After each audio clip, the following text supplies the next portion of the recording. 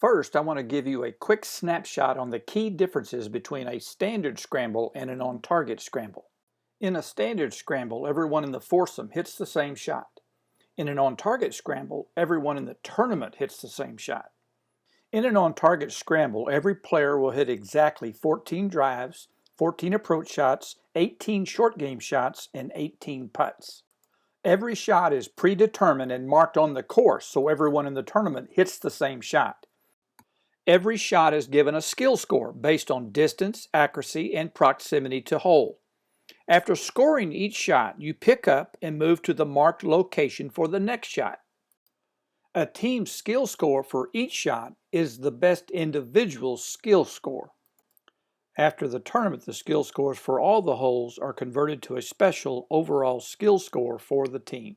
One other great difference between a standard scramble and an on-target scramble is that in a standard scramble you cannot recognize or reward an individual's performance. In an on-target scramble, in addition to recognizing the best teams, you will also recognize and reward the individuals with the best skill scores. One final benefit to playing in the on-target scramble is that every player will receive a personal and private comprehensive statistics report on all their shots.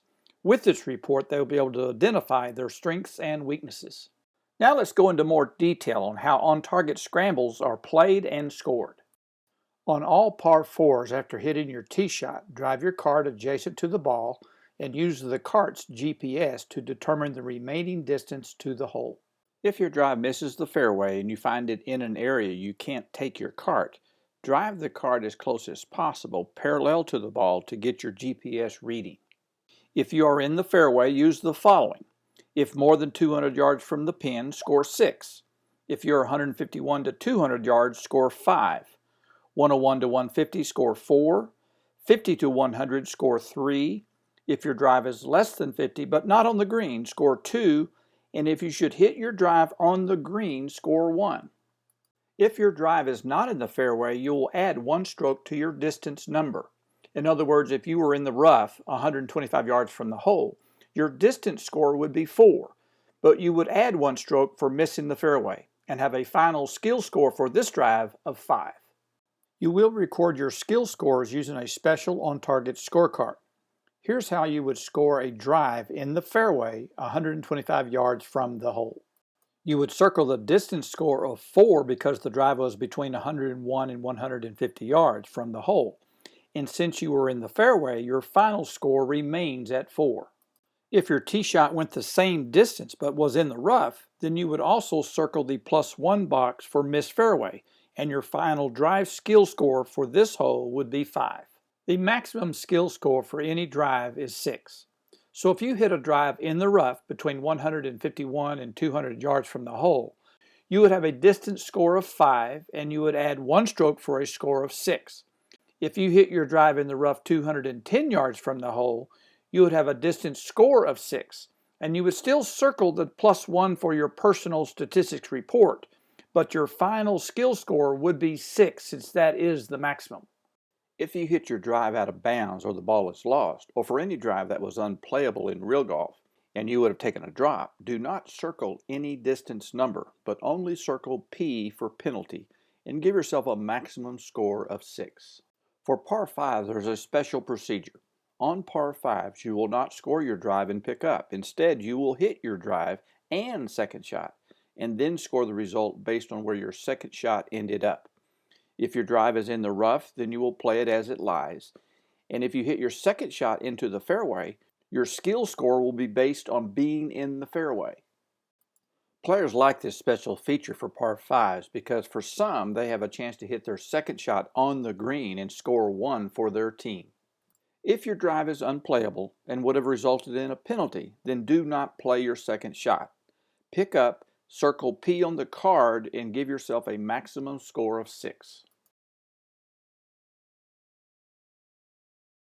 In an on-target scramble, you'll hit 14 approach shots, 10 approach shots on the par 4 holes, and the 4 tee shots on the par 3 holes will also be scored as an approach shot. You will not hit an approach shot on the par 5 holes. The distances of these approach shots have all been predetermined by the tournament director, and the location marked in the fairway. For tournaments that have carts with GPS, the players will be given an approach distance card, and they will drive to the location in the fairway that matches the distance on the card for that hole. There will be a variety of approach distances played during the tournament. The longest will be 200 yards and the shortest 75 yards, with most being in the 150-yard range. All women competing in the tournament will hit their approach shot 20 yards closer to the hole than the men. Your approach shot is given a skill score based on how close to the hole you hit it. When looking at the chart, all numbers are in yards, not feet. If you hit your approach shot in the hole, then like in real golf, you score a 1. If you hit it on the green less than 3 yards from the hole, you score 2. Between 3 and 6 yards, score 3. If on the green but further than 6 yards, you score a 4. And if you miss the green, score a 5. For approach shots, penalties are not recorded. All shots that miss the green are given the same score of 5. For most approach shots, it will be clear what scoring zone the ball is in, and you will not have to do an exact measurement. But for those shots where it is not clear, players need to use the measuring rope that has been provided to determine a correct score. The rope has a 1, 3, and 6 yard marking. For approach shots, you will only need the 3 and 6 yard marking. After scoring your approach shot, you will pick up and move to the marked location for your short game shot. Most shots will be a chip or a pitch shot and only a few bunker shots. You can place the ball with your hand anywhere within 2 club lengths of the mark, no closer to the hole. For bunker shots, each player can rake the area before placing and playing their shot. If you hit your chip, pitch, or bunker shot in the hole, score 2. If less than 1 yard from the hole, score 3. If you're between 1 and 3 yards, score 4. And if you are on the green but further than 3 yards from the hole, score 5. And if you miss the green, score 6. And like with the approach shot, use the measuring rope when necessary to assure a correct score. Now let's look at putting. On every green there will be an easily seen mark identifying the location for your putt. You'll hit one putt on every hole. Your putt will be given a skill score of either 3, 4, or 5. If you make the putt, score 3. If you miss the putt but stop less than 1 yard from the hole, score 4. And if you miss the putt and stop more than 1 yard, score 5. After scoring your first putt, pick up. You do not hit a second putt. For your 1 yard measurement, you can use the measuring rope or a 3-foot mark on one of your clubs. After the round, the team will turn in to the tournament director each player's personal skill card and team scorecard. This is a player's skill card for the front 9, and this is the player's back 9. On the back 9 card, you will add the front and back 9 scores to get your 18-hole score. When you turn in your card, leave the last row blank.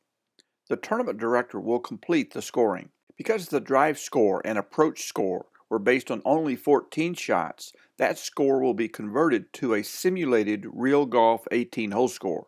The final overall score will be the average of those 4 skill scores. The team scorecard will show the score of each player for each skill on every hole. The team score for each hole is the best individual score for each skill. This is the front 9 card, and this is the back 9 card. Like with the individual player's card, you will add the score of both 9s to get your 18-hole total for each skill. And again, leave the last row blank, and the tournament director will finalize the scoring and determine each team's final overall score. The tournament will award prizes to best teams and best players. Best teams is based on the overall team score. The tournament will also award prizes to each individual with the best drive score, best approach score, best short game score, best putt score, and the tournament's individual champion will be the player with the best overall skill score. That concludes this video tutorial on how to play an on-target skills challenge scramble. Because of the addition of prizes to individuals, this new format promises to become very popular for players of all skill levels. If you would like more information about On Target's tournament services, please contact Tom Sheely.